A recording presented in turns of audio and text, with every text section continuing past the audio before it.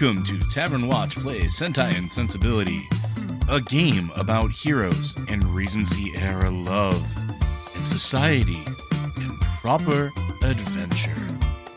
Join us as we sally forth to adventure.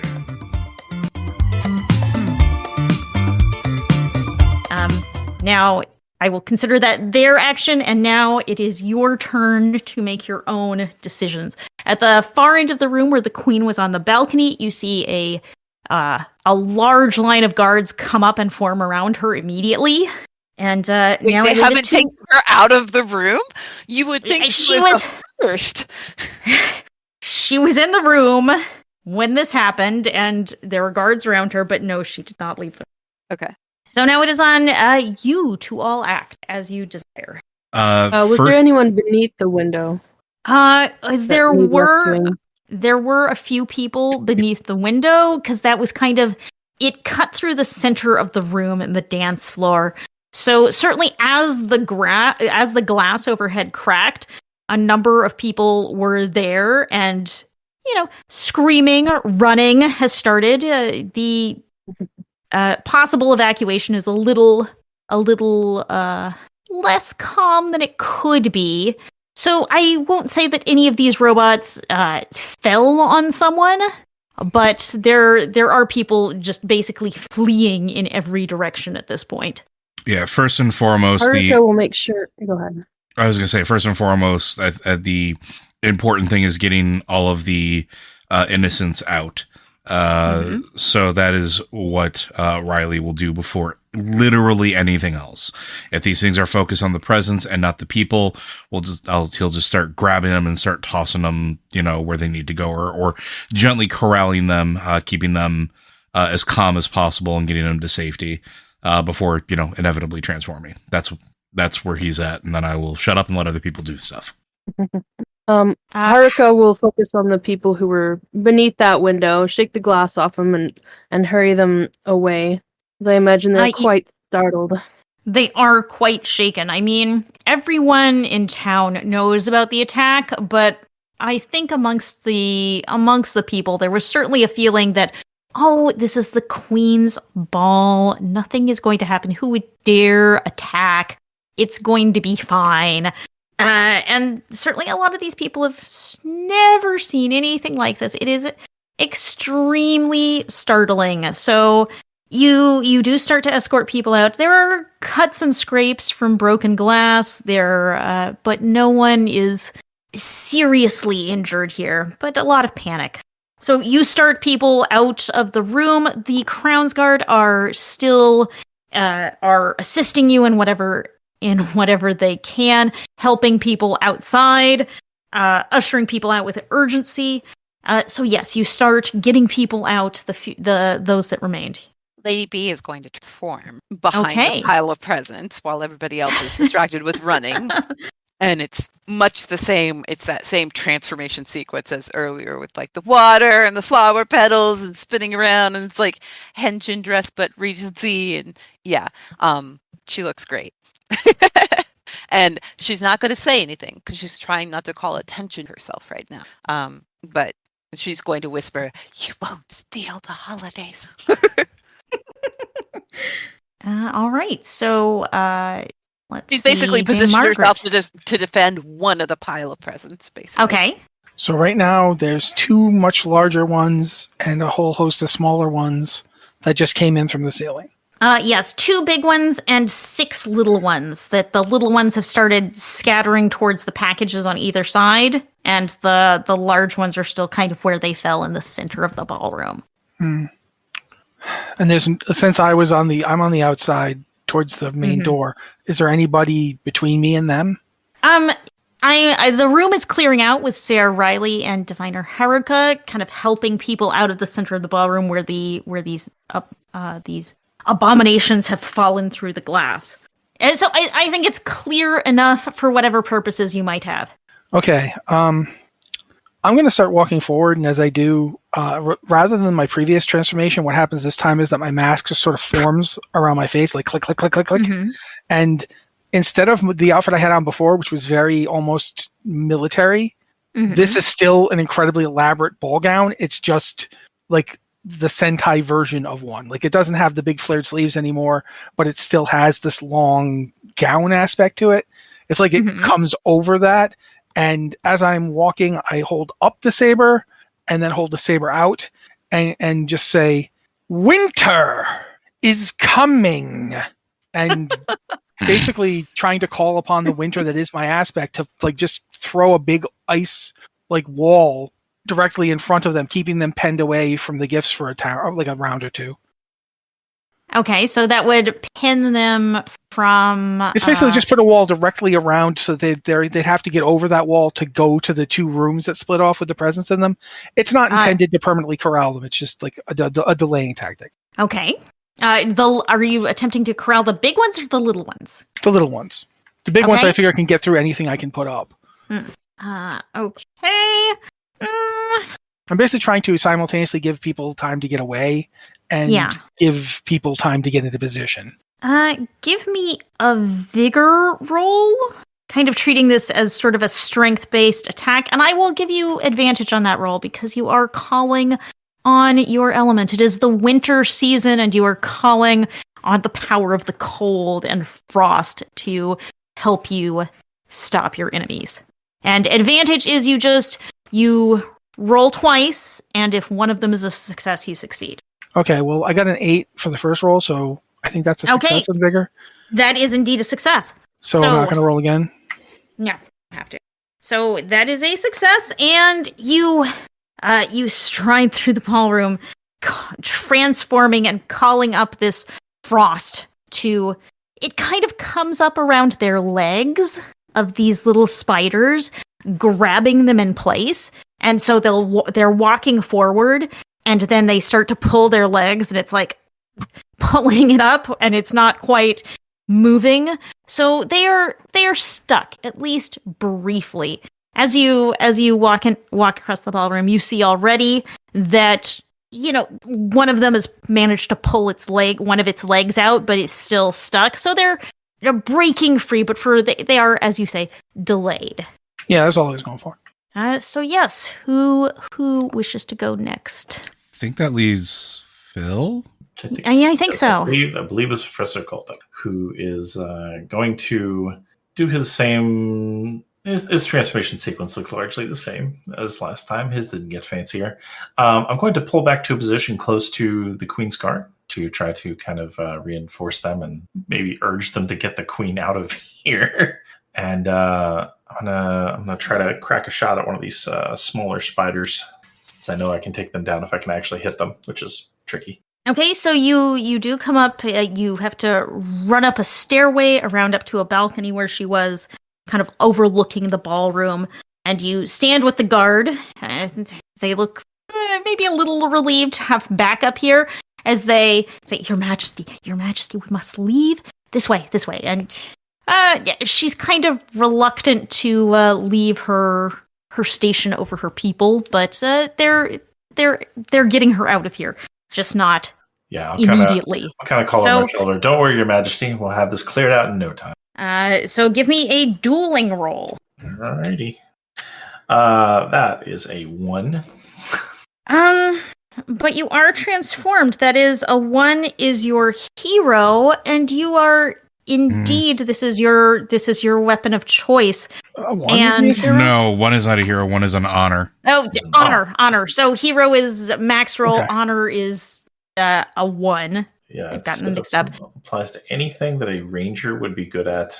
I think shooting spiders counts at that. Yes, I do. That is what I'm trying to say. That feels like something a ranger should be good at. Yes. Yes, and I mean you're shooting with your pistol. This is your weapon of choice. You're very practiced at this.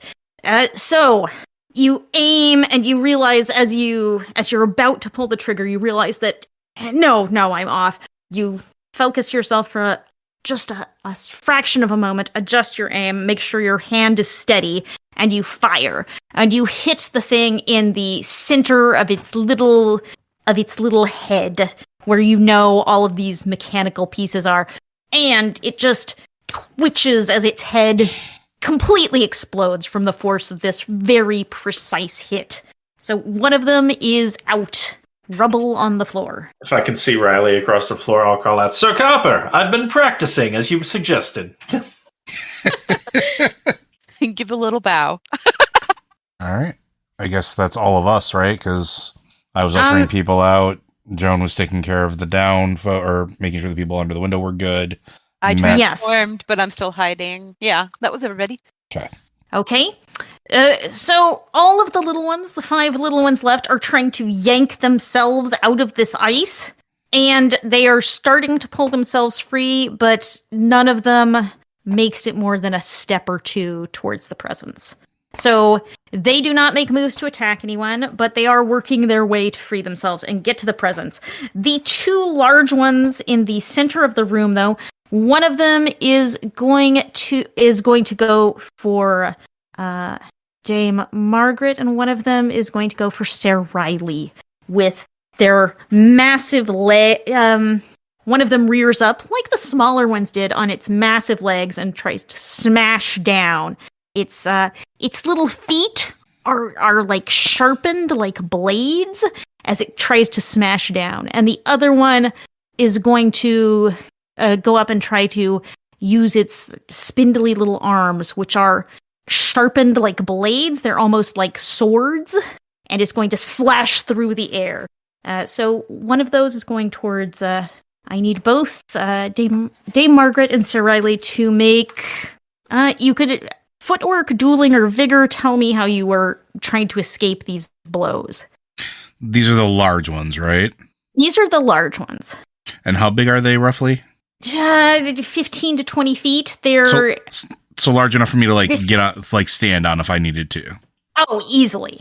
Cool. Then I'm going to use footwork, and I'm going to try to duck under and use its blow as it brings itself down to get onto its back, which will then inform what happens next turn.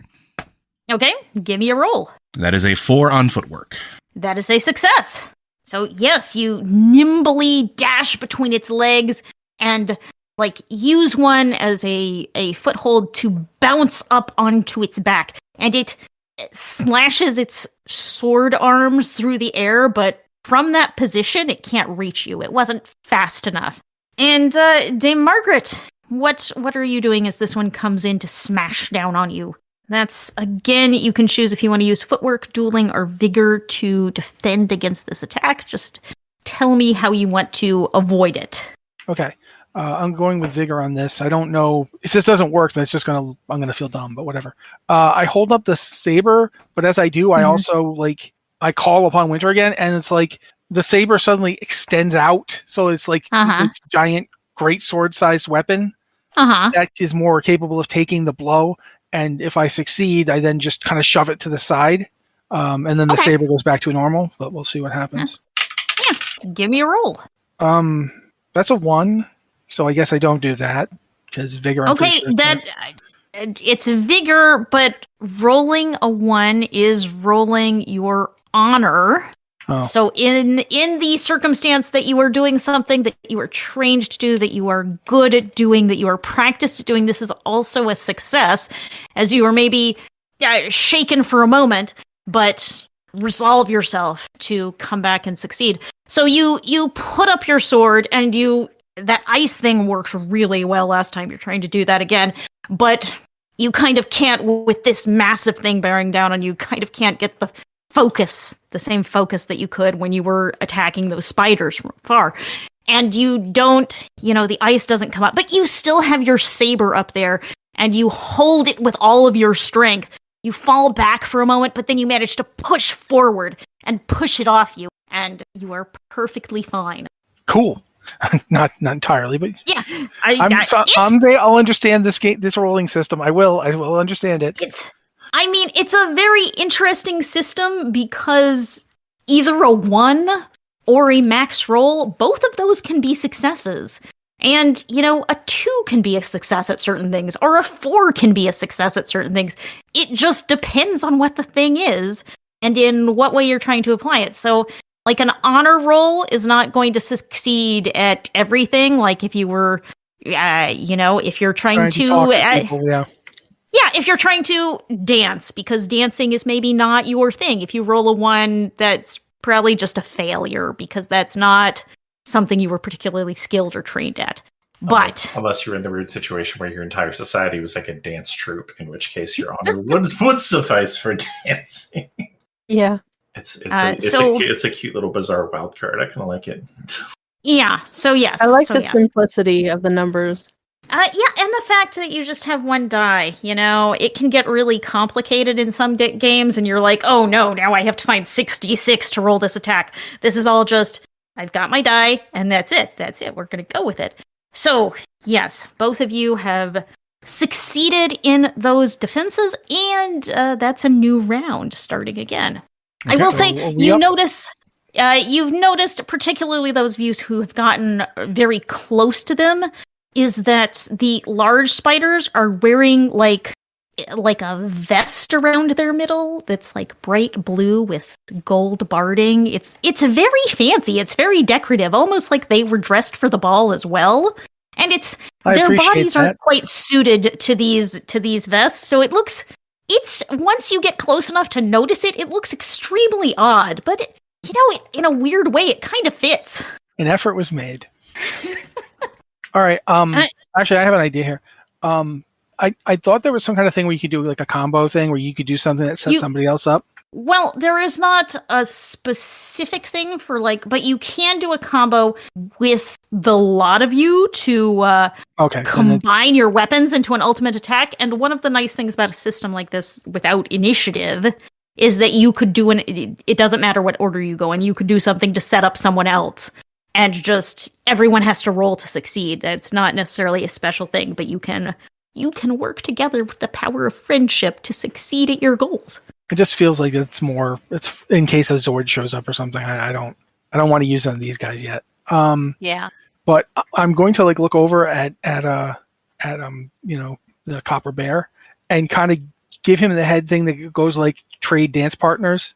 And after I'm hopefully sure he gets that, I'm going to basically move around the guy I'm fighting, try to keep him turning, and then instead of thrusting at him, I'm going to thrust at the other one.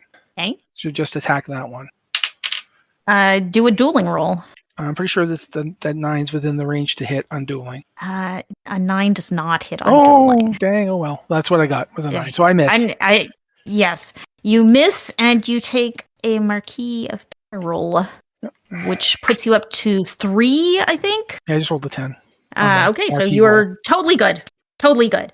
So you turn to hit the other one, and your swing goes wide, but you're okay. You're okay. You can recover from this.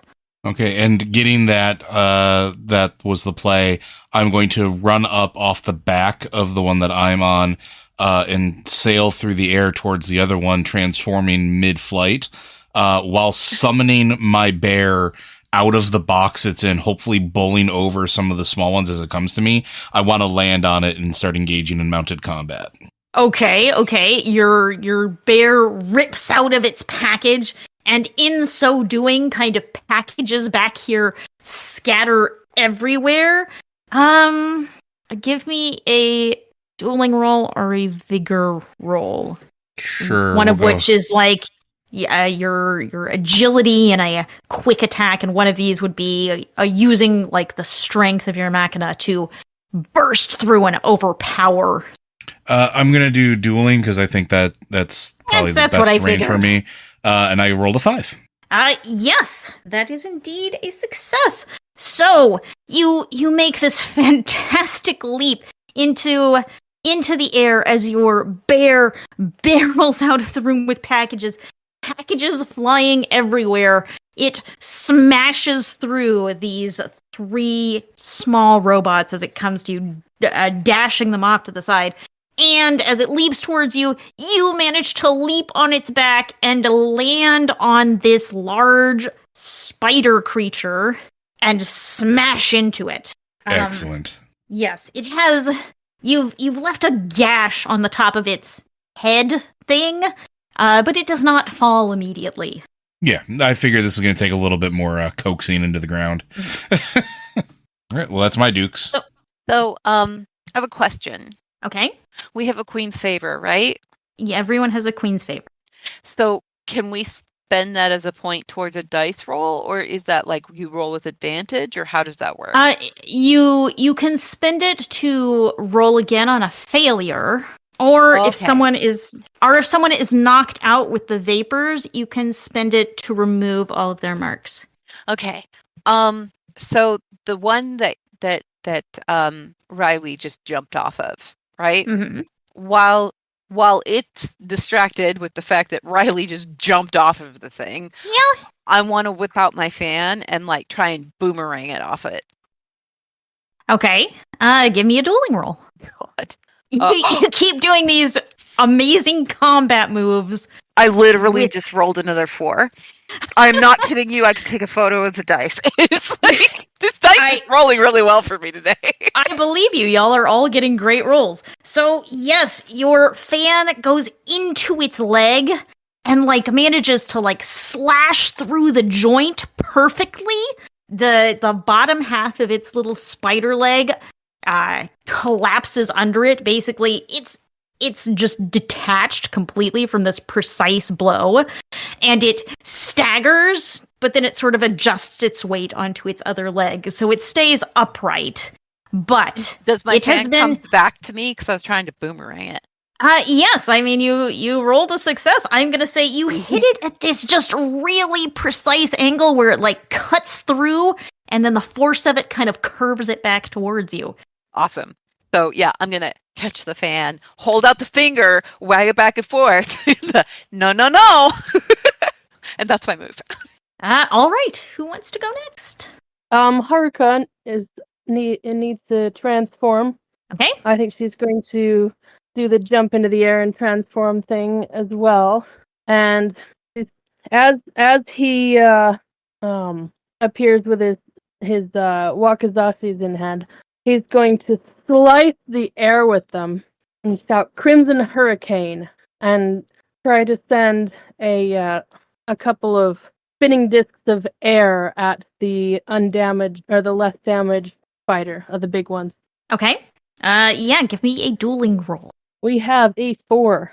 A 4 is indeed a success. So you send these bolts of air slicing through towards this spider creature that just got one of its legs knocked off. You managed to hit another one of its joints, this joint where this sword arm is attached, and just slice through it and sever this sword that clatters to the ground as it sort of staggers again, having one of its weapons removed. It's taken some damage. Haha, victory. So yes, who is going next? I think we have Bartholomew and I think just Bartholomew. Yeah. Okay, so refresh me on our spider situation. You just witnessed the death of 3 of the little ones. So I think 4 little ones are gone so far. Okay, not the death of them, but they've 3 of them have been scattered, and I think 2 of them are still moving towards one of the rooms. But they were bowled over. They weren't killed by that. Yeah, I mean, I thought it was a bit extreme if Joe could kill 3 of them in a single attack. I would agree. I was just trying to knock them over. Like I was thinking of them as putties. I was just knocking them over so that I could get to the big guy. I did do that air maneuver. Like bowling pins. So they're down on the ground, and then there are 2 of them that are still moving. And then 2 large spiders, one of which is missing a leg and one of its sword arms. The other of which is damaged, but has all of its components still attached. And also a giant robot bear and Sir Riley on top of it. Is that the situation? That is correct. Okay. Our bear rider. I like it. I said I want to do something more interesting than shooting a spider. So they made their entrance by smashing the skylight. Is there a chandelier anywhere? Yeah. Very important. Wow. I will say there are a row of chandeliers kind of on either side of where the skylight was. So you had the skylight right through the middle, but on either side there's a row of delicate glass chandeliers. Okay, well I'll leave the high flying to the dame. I think I want, since the skylight's already smashed, no harm in bringing my machina in through that route. I think I want to use some kind of onboard weaponry on it, on these, on the larger spiders, since they seem a little more threatening.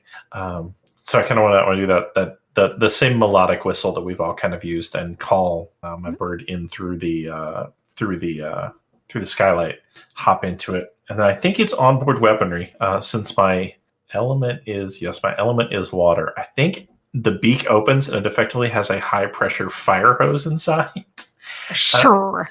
And I want to try to hit one of these larger spiders and kind of push it out of the way, of like basically keep it from going towards its objective, which I'm guessing is stealing Christmas again. I have a question. Yes. Okay. Can I so my element is water. Can I assist with this somehow? I mean, you have not taken your attack this round. I have taken. I did take my attack. We get into a new round? Okay. If you've taken your attack this round, then no, you cannot assist. But if you had not, I would say it would be fine to work together on a combo of some kind. Okay. Yeah. No, he's the last one this turn. So yeah, I already took my turn. I can't help. Or maybe since I'm creating a lot of water with this action, maybe somehow this can set you up to have advantage on your turn next round. Maybe. I don't know. Make it really wet. Either way, it sounds like I need to blast this thing. That sounded which sounds like I'm suddenly thinking of the ice rink at the anniversary event that the inexplicable ice in the desert. Ice rink in the desert, yes. No reason, just thinking about it. No, not at all. But it sounds like I've set myself up for dueling. So yes, give me a roll. That is a 4. That is indeed a success. You have been doing very well. Everyone is doing very well at this. Well, to be fair, we also got 2 premiers, and the premier is more likely to roll theirs because we have a 1 in 4 chance of hitting our hero. Literally, I think that's all it is. It's just we're rolling a smaller die. Except the thing is, you have a D4, and 4 is the only number you succeed at dueling. It's true. Oh, yeah, true. True. So it's like you have just a 1 in 4 chance of hitting that number to succeed. You have to hit your hero to succeed. So that's true. You are doing pretty well. We're not great at dueling, but when we do it, we succeed with flying colors. So. With flair. So you're shooting this burst of water, trying to maybe knock it over or disorient it or get it out of the way. If I can knock it over, that would be great. If it's too sturdy on its multiple legs, then I'm just trying to push it out of its path that it's trying to follow. I mean, one of them has had its leg knocked off already, and I'm actually assuming that's the one you're going for because that's not the one that Sir Riley is on top of right now. Yeah, I'm not trying to blast the Riley in this too. Yes. So you aim for that one, and you aim at it from the opposite side where its leg was knocked off. So in this blast of water, you manage to sweep 2 of its legs under it from the other side, and missing this one leg already, it can't correct and stay upright. It slams into the ground, and some sparks fly up, but it's not down for the count. All right. And there is now a great deal of water spreading across the marble dance floor. So yeah, now it's my turn again. My turn is so exciting. The 3 spiders that got bowled over by that machina bursting through are getting back to their feet, but they are not making any progress towards their goal. 2 others are continuing to advance towards the packages and have gotten to the room where they are in, but have not made any progress getting away with them. And let's see, one of the large robots knocked over, getting back to its feet, a little unsteady, and the other one, which has Sir Riley on top of it, has its sword arms, and it takes one. It kind of has to go with a weird angle of it to swipe it over its head to try and swipe at Sir Riley. So I need you to make. You can do footwork or dueling or even vigor if you want as a way to avoid this hit. Just depending on how you want to do it. We'll do dueling. I'm on a bear. We're gonna try to deflect it. Okay. Actually, no, that'll be vigor. We'll do vigor because I haven't done much in the way of vigor, and I'm on a bear. So okay, I think vigor's a little harder for you, but yes, it is. But I rolled a 5, which I think is still a success. A 5 is a success. That's the lowest vigor success you can get. Yeah. So go bear, go. This thing swings at you, and as it does, your bear rears up in such a way that it like it catches the blade in its teeth and like shakes its head like a dog does, and manages to yank the blade and kind of toss it to the ground. Excellent. So yes, who wants to be next? Oh wait, we're back into your round. Okay, so explain to me the thing where I can, like, everybody gets to roll. Like, are we combine ourselves? How does this work? So you can make like this sort of ultimate attack where you combine all of your weapons into one like super attack that you can define how you wish. All right. Yeah, and everybody gets to roll in this? It's Voltron using the sword, is what it boils down to. Well, it's Voltron using the sword of the Power Rangers combining other weapons into the Mega Blaster. My point is just that everyone gets to roll, it's not just me. Is that how that works? I don't think it's actually a roll for the Magnus. That was the impression this is the Yeah, it does not have any specific rules on it. Okay, so it just happens? It's like a big final finale of a fight type thing. Well, I feel like we're surrounded by all that water, and it's winter, and these robots are being annoying. So I want to I basically pull the saber back, call upon that power, do play like a little reveille sound, and basically the ice just freezes into jagged spikes that just come rocking up into the big robots, essentially like just punching them and impaling them multiple times in an attempt to make them stop, so we can because I want them to stop. So how does that work? Does should we just do this? Does it just happen? Do I roll something? I mean, that's not quite a group attack. I mean, a group attack is literally your weapons combine into a big super weapon. Sure, that can happen if y'all want to describe it that way. Otherwise, this is just a fancy attack from you, which you could roll as dueling, or I would allow vigor since this is like a massive strike. All right, I guess then I'll just do it as a vigor attack. And I rolled a 10, so it doesn't matter that it's not a vigor success. That's your max on your die. So yes, that is a success. So yeah, basically I'm trying to use all that frozen water and the winter aspect of things, because that's my deal, to essentially just throw spears of ice through these things from underneath to try and make them stop. Like I'm trying to at least put one of them out of commission.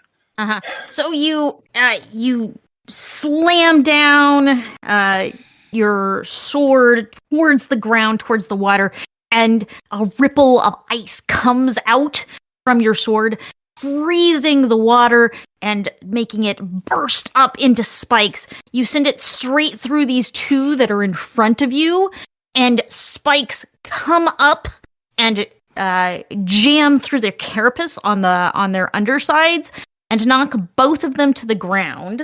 But both of them are still not deceased. I mean, they're both still seem to be active. They're not. They're down, but not out. Okay, I don't have anything else. I don't think. You can't do anything else. So yeah, that's cool. So I mean, if you do want to do your mega combined attack, that's a group decision. If everyone wants to do that, you can do that when you want to do that. Oh, I thought anybody in the group could just say, I want to do it. Oh, no, it's supposed to be a collaborative group thing. Okay, yes, it has to be. Yeah, it's kind of like everybody. Everybody gets together and does the thing. It's ideally like the one-shot finale when we're facing off against whatever. Like whatever's controlling these, or like the big thing, or whatever it is. It's supposed to be like the final shot type deal. Like if they combine it to a mega spider, yeah, we're doing it. I don't want to deal with a mega spider. Well, do we have like a version that's as ourselves and a version as the mecha? You do. There's the Magnus Geus, which is like you combine your just literal weapons. Like you've got your fan, your saber, all of your things. Have one of each. Yes, and then when you transform into the Colossus, which is your like mega kaiju robot form that combines all of your robots, it has a special attack, a strike ad infinitum, which is just like a massive massive robot attack.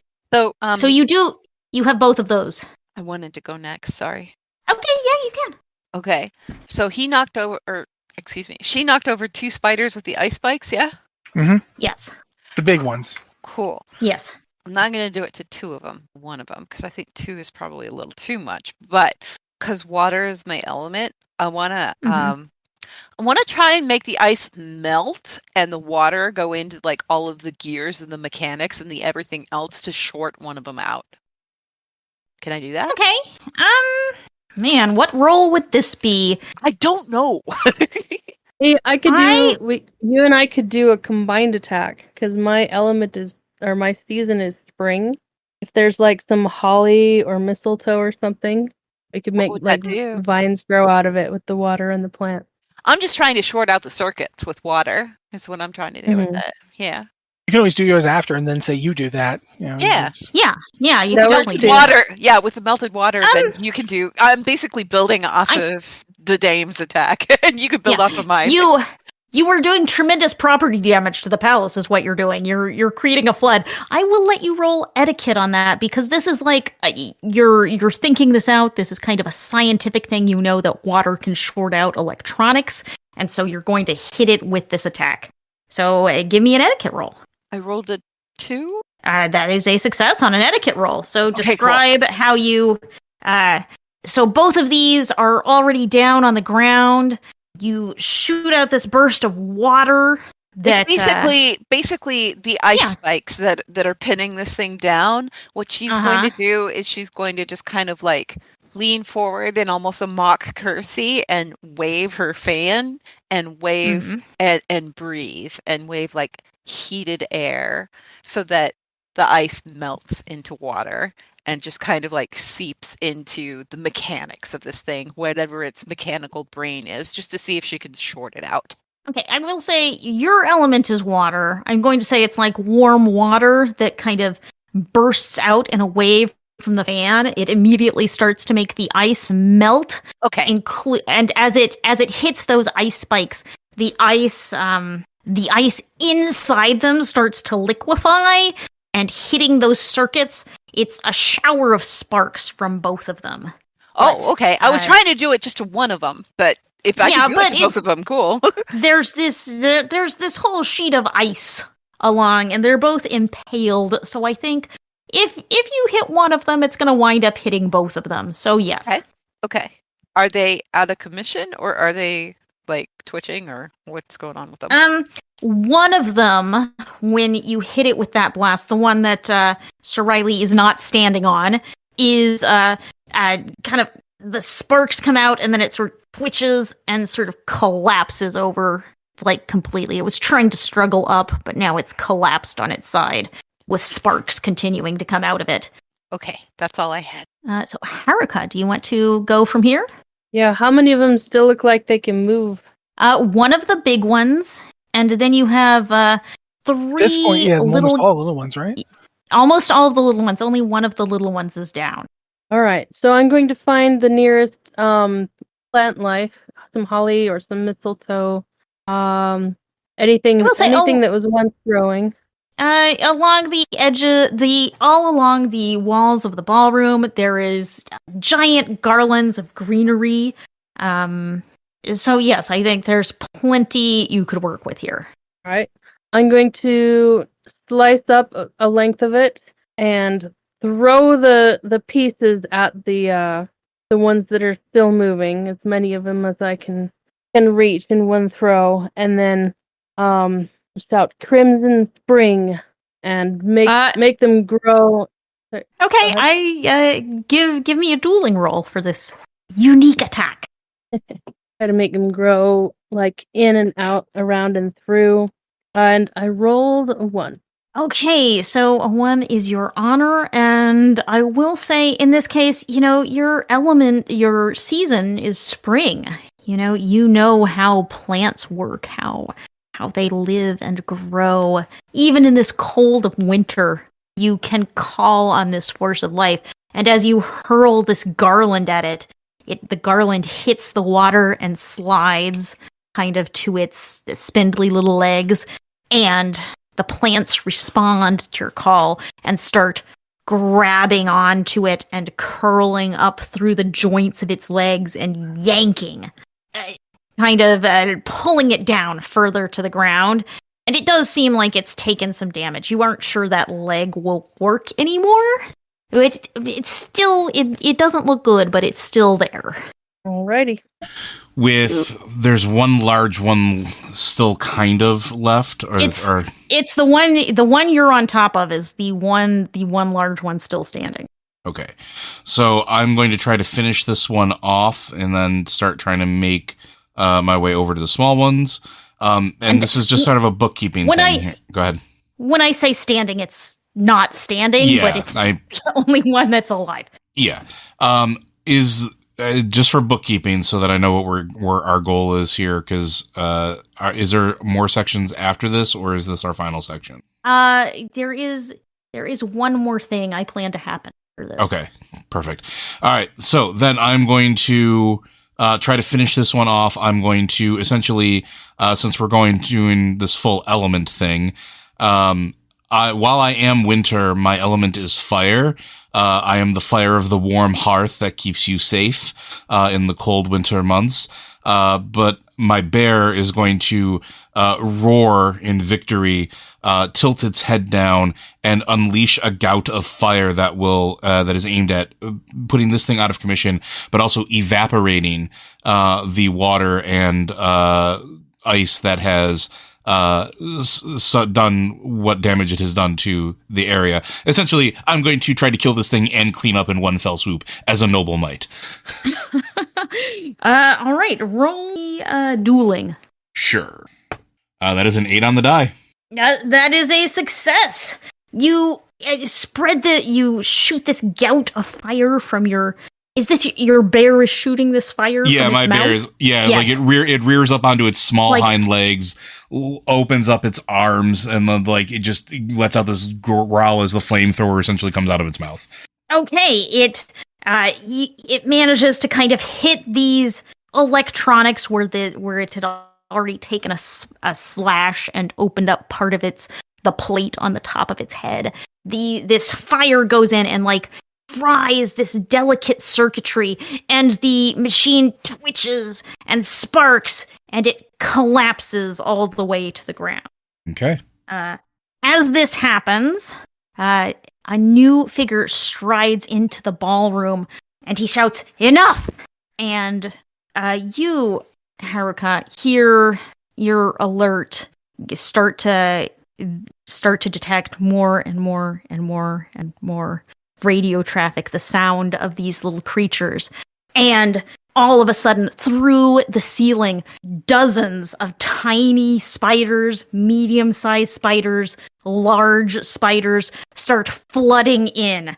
This man walking into the ballroom wearing a fine blue coat, perfectly dressed for the event, comes in, and these spiders start to wrap around each other, forming this large creature, as tall as the ballroom, as its shoulders start to form as these spiders come together. It kind of crunches against the ceiling, blowing out the rest of where this skylight used to be, knocking down these beautiful chandeliers that I just happened to invent because Matt asked me. There is crashing rubble, breaking glass, and this man jumps into the machine, which has kind of a glass cockpit that is formed in the center from the heads of these spiders, and it strides into the center of the room. At this, I will yell, "Praetorians assemble!" Because it's a kaiju fight now. I mean, yeah.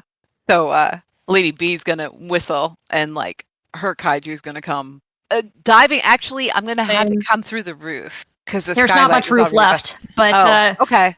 I mean, he's kind of in summoning this thing. It's a huge ballroom with a high ceiling, but he's smashed a lot of the ceiling as this has formed up around him. Okay. Well, She's going to send her kaiju, like not her kaiju, her machina. Her machina. Yeah, going to send her, summon in her machina through one of the open spaces. Basically, she's trying not to bust in any more walls. Okay, well, I mean, that's hard, but I'll say yes, you managed to do it. Okay, cool. I'm not trying not to bust any more walls. My Gorgonopsid comes right through the wall. It's just going to come right on in. It's a weird lizard cat monster.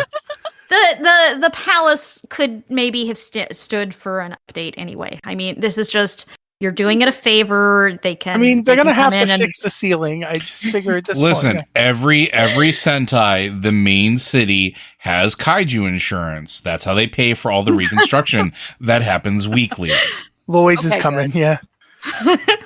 I say, did you have this itemized? But no, he comes. Like, he's actually one of the larger ones, I think. I just realized this. Definitely larger than either Lady B or. Well, we operate in sort of like a liminal space. If you want to talk like as far as like the kaijus go, this is more like a Voltron robot coming in through the wall, and less like your friend who you can get in or on. This is definitely too big for me to ride effectively. Yeah, but I think the thought is that our machina enlarge themselves to accommodate for the kaiju fight. So I don't think mine do that kind of thing. Whatever. In the room, basically skids to a halt and gets ready to do the whole form the head thing.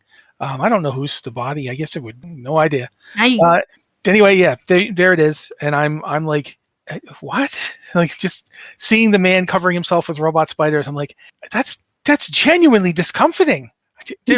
They're robots, but they're still spiders.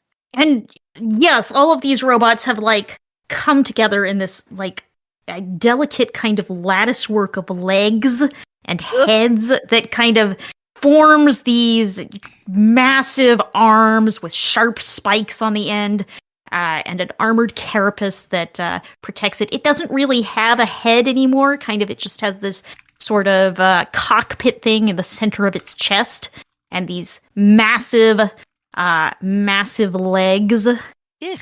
So are we gonna do this? So I think the formation sequence is as our automata or our start forming in. Like, I don't know what our final thing looks like. Go ahead. Has everyone summoned their machina? Did we miss anyone? Well, Reed already had theirs. Yeah, I think Haruka. Yeah, Haruka's the only one who hasn't summoned theirs yet. No, she didn't. Direwolf will leap in through a gap. Yeah, there was one of the she announced that, I think, before Matt summoned his. Okay. So I think we're good there. Yeah. So yes, how y'all want to come together into your Colossus form? What does our Colossus look like? That's a question. That's a question no one answered. I feel like what? Right. So I think go bipedal or like. So here's like T-Rex maybe. Yeah, so here's how I'm envisioning it, and y'all can, since this is a collaborative group effort, y'all can tell me what you think about this. I think since Matt has established that his is the largest, it will form the torso much like the Black Lion in Voltron. Yeah. I think that the wolf and the bear would form arms, since in those particular forms, the mouths on them or the heads on them would form, the most hand-like appendages out of all of them, with the other two forming like essentially almost like if you've ever seen Transformers, Superion with Phil's forming one of the legs as, like basically the jet folding its wings in and looking like really cool armor, like a shield and aegis on the one, and then yours forming in with that same sort of like symbology as the other, where, it's sort of all like, and then we all kind of like go into a central cockpit inside of Matt's. Yeah. Does that sound good to everybody? Or the wolf could do both arms, the bear could do the legs, and the Archaeopteryx could be wings alternately, if we want wings. Yeah, I was thinking the wings, either like wings or like a cool like chest like emblem, the Megazord or Voltron or most Transformers. Yeah. Okay, so if we're doing it that way, where the wolf forms the arms section, and the bear forms the leg section, and Archaeopteryx forms the back, then Anne's should form the head. Yeah. Form the head. Yep, form the head. And Okay. the Gorgonopsa will just be the center part. Maybe with a tail too. I wouldn't mind if it thanks. stayed somewhat quadrupedal, but I don't mind if it gets up either. I think standing up would also be cool. Maybe it does both. Maybe it just kind of like Yeah. crawls on all fours Yeah. and then it'll get up, like rear up and stuff. Yeah. Absolutely. All right, shall we take this thing down then, as we see form? Yes. The Dynamo Beast has formed. Let's do. All right, so in traditional fashion, do we have to brawl a little bit first? I think before we have to before the final blow. So, how are we going to do this? We have to teach this ruffigan some etiquette. I think first we should but- grab it and fly But don't crush the presents. No. Yeah. So I think we should grab it, and I think we should, since we have wings, fly it out of the palace. Yes, out front. Not by the gardens, but out front. Because everybody else is in the gardens. I like it. I hate to break it to you, but there are gardens everywhere. You're gonna smash a garden no matter where you go. No. Ooh. I want Guardian, guards, I wanna the guards. We don't want to smash the guards, not the No, gardens. I don't want to go to the gardens that they evacuated everybody to. Another What if- garden is fine. What if we do this fight midair and explode it in a form of fireworks as further entertainment for the celebration? I just We can try made the it. best face. Yes, let's do that. That can be our final move. Come on, you've got to roll me some attacks. Everyone, okay, if I am understanding this correctly, you are still making, like, everyone roll. You're working together, but everyone is still rolling an attack. I think so. So I think that Yeah, and one attack is grapple. The other attack is going to be for footwork. I think, to get it into the air. And then I think after that we have to figure out what happens. So you want to go in and grab it. Let's have someone roll vigor for that. I'll roll vigor. Absolutely, you're going to roll vigor. You got that D10. big boy. Yes. I rolled a 6. So that succeeds. So you barrel towards this thing, and it's intimidating with these kind of sharp piercers on its arms, but you barrel into it and grab it and hang on. All right. So now you want to take it to the air. You could maybe roll footwork. Yeah, I was going to say, I think Phil should roll the footwork since it's a 50-50 shot. And I'm already forming the wings, so that. And you're already forming the wings. Exactly. Remember, you get a queen's favor. You can re-roll if you miss. That's true. If I miss, I'm going to do it. I have rolled a 1. But that's honor. That is. I don't think you can honestly say that he's expected to know how to I get think. this. I think that's certainly This is a stretch. I'm going to use my favor and re-roll it. Okay. And that is a 4. Yeah! That is a success. So you flap your machina's wings and push into the air, going out this massive hole in the roof, knocking another chandelier down as you go. But you are free and in the air. Okay, so then I think that next we're going to have to do some a little bit of fisticuff, or a little bit of softening it up before the final blow, so that we each get to do something before we form into our magic saber and blow this thing up. So I think that I would take a few quick jabs if I'm forming the legs here. I think a few quick knees to this thing, trying to get it to drop its guard a little bit more. Okay. That is a 7 on dueling. Okay, that is a hit. And then, as you come up and smash it with a knee to the chest, some of the spiders start falling away. Like, you crush some of the spiders into its chest, and some of them just kind of fall from the body. Okay. And then I will leave it to Joan and Anne to decide what their sections do. So what I would like to do is not a direct hit per se, but because I'm the head of the beast, so in theory I'm like the noggin, right? Yep. I wanna analyze the dude to find its weak spot. So when we do hit it, maybe we get like advantage on it. Can I do that? Okay, yeah, give me an etiquette roll. You're up there analyzing what it looks like, how all these things are attached together to form this massive robot body. I imagine like steampunk HUDs popping out. I got a 2. That is a success. Awesome. So you are you're looking for a weak point, and you think probably the weakest point is sort of around its, frankly, like this place where it has a cockpit is kind of a weak point because it's like this big glass enclosure, and it has the fewest sort of overlapping spiders that protect it and hold it together. It's just kind of held in the middle of a bunch of spider legs, but it doesn't have as much armor or connection as the rest of it. And if you get the cockpit out of there, maybe, that's kind of the brain of the thing where this guy is controlling it. Okay. So I'm going to relay that to everybody else and then let Haruka obviously do what she's going to do. Or he's going to do, excuse me. Yeah, what he's going to do right now. So what he is going to do is smash at the cockpit with a hand that's just like jaws of a wolf and grab it and try to yank it out of there. Oh. Okay, give me a dueling roll. 6. 6 is a success, so these teeth go in and grab at the cockpit, and you manage to yank away a couple of the spiders. Like, you get into this sort of lattice work of spider legs and yank a couple of the spiders, but not quite enough to rip out the cockpit of the thing. Okay, so I think that's all of us, so that's going to be his go before we do our mega attack. Yes, it's a horrible sound of screeching metal as you pull these pieces out of it. And so he is going to, let me think. He's going to swing back at you. Wow, who rolls to defend when you're in the Colossus? That's a really good question. I think we'll have to decide. Don't have an answer for. I think we'll have to decide. Technically, I'm the one that made the vigor roll to get him up here. I mean, to attack him in the first place. So maybe me. If you want to use vigor, I have the best shot at succeeding. Either that, or it depends on what section he's striking. But yeah, maybe.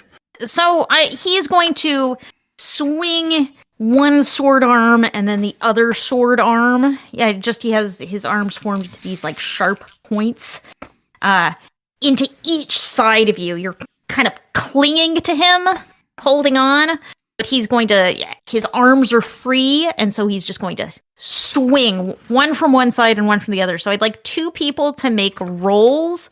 I probably vigor rolls are best for both of them because this is a strength thing. You can't dodge out of the way. I'm vigor, and I think that Joe is the next. Yeah, I think that's going to be you and me on this one then. Yeah, because I can't roll. I literally can't roll a 5. So I got a 7. That is a success. I have a 10. That is also a success. So he swings at you, but your armor plating on the sides you form together that it is so heavy right there that his blades just glance off. He's trying to get you, but he's just hitting at the wrong angle, and his arms just glance away without doing any damage. And now it's back to you guys. Okay, so now this is the really big attack we do? If you want to. I think this is where we can do it. I think this is it. I think it'll wind up being a vigor, so I think Matt will wind up making the roll for it. But here's how I envision this, and I want to collaborate here, and y'all can tell me what you think. So I think that larger manifestations of our characters' weapons form, and I think it forms into a trident, where my halberd will form the haft, the fan blade will form sort of the part where the blade's attached to. The 2 wakasashis will form on either end of it, with the saber in the center, and the pistol as sort of like the barrel around the center of the saber for the energy to essentially emanate from. Does that sound cool to everybody? I like it. Yes. Yeah, I didn't have anything better. That's for damn sure.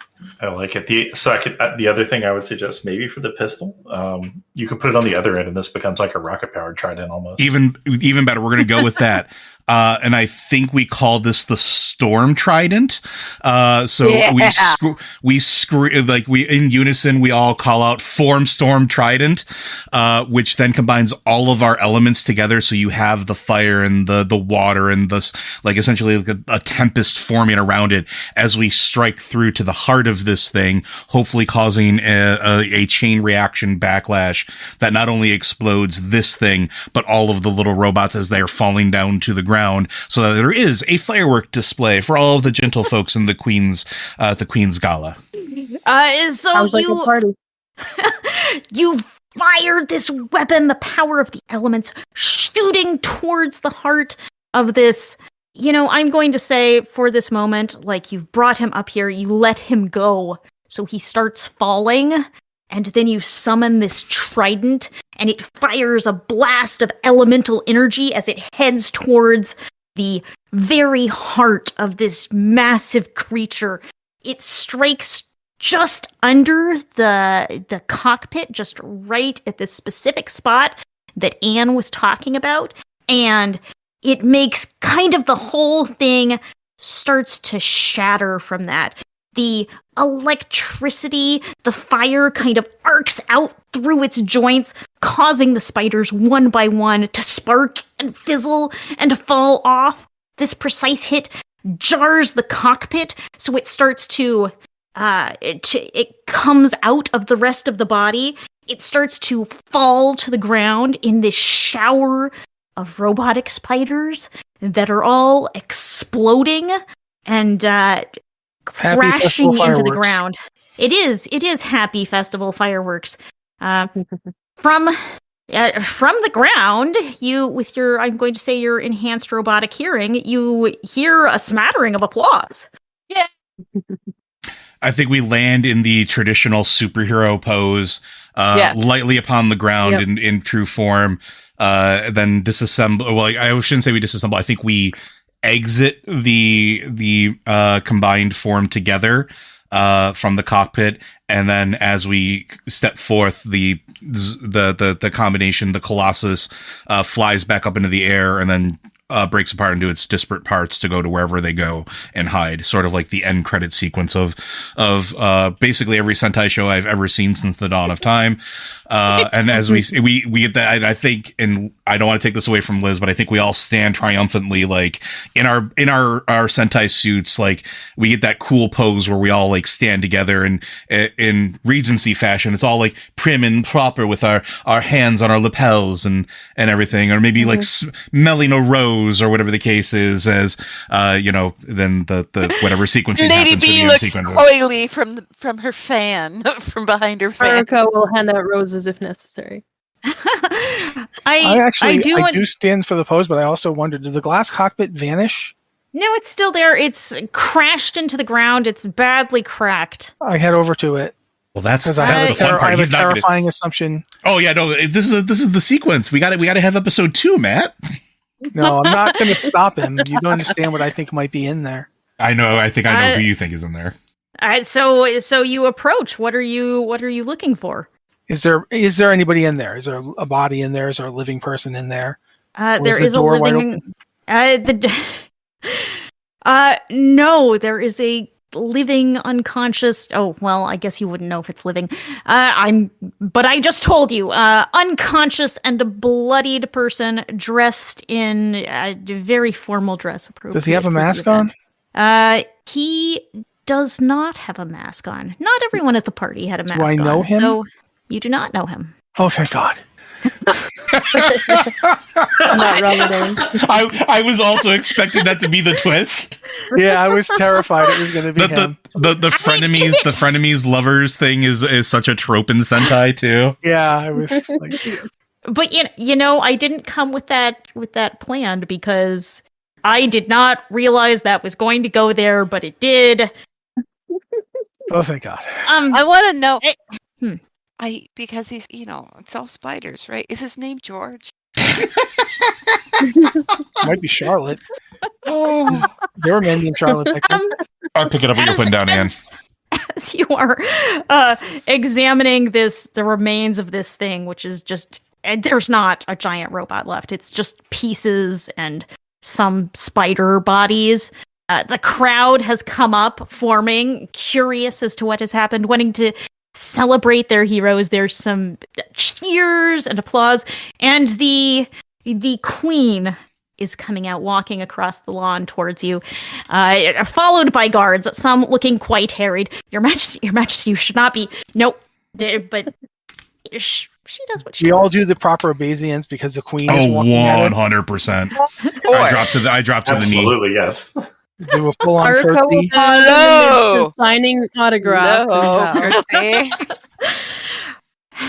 I wish to thank you for your great service on this evening. You have saved the holiday indeed, though we do have a slight amount of property damage. It is nothing that cannot be repaired. Everyone's lives are still their lives, and that is more than we can ask on most tragedies. I did wish to, on this occasion, present you with your gifts somewhat early. It is not the dawn yet, but you have certainly earned it. And a number of servants behind her come and present each of you with a package. And I would like you to tell me what is in that package, because the queen is said to grant everyone in the kingdom their heart's desire for the winter's end holiday. Well, their heart's desired, such as would fit in a package. So there were some limits there.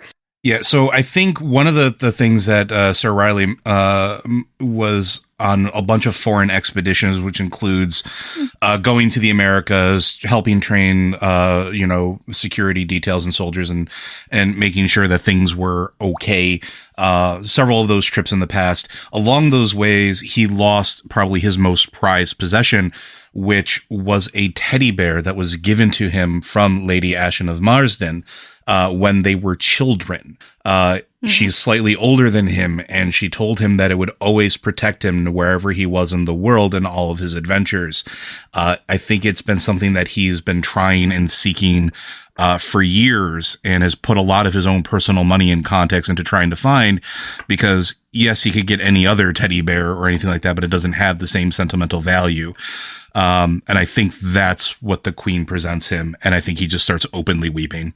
Yes, it is this exact bear, exactly as you remembered it. It's a little battered. It had a ribbon around its neck, which is askew, maybe a little dirty, but it's there. It's perfect. It has that scent of an old stuffed toy, just as you remember.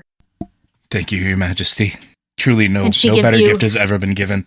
She gives you a very generous bow of her head in response. Who wishes to go next? Lady B doesn't have anything like as sentimental as that, because she's still fairly young, so she hasn't done a lot of traveling or anything like that. However, the queen has taken notice that Lady B likes to write a lot, copiously, during many different occasions. Whether she's trying to be surreptitious about it or not, the queen has taken notice, right?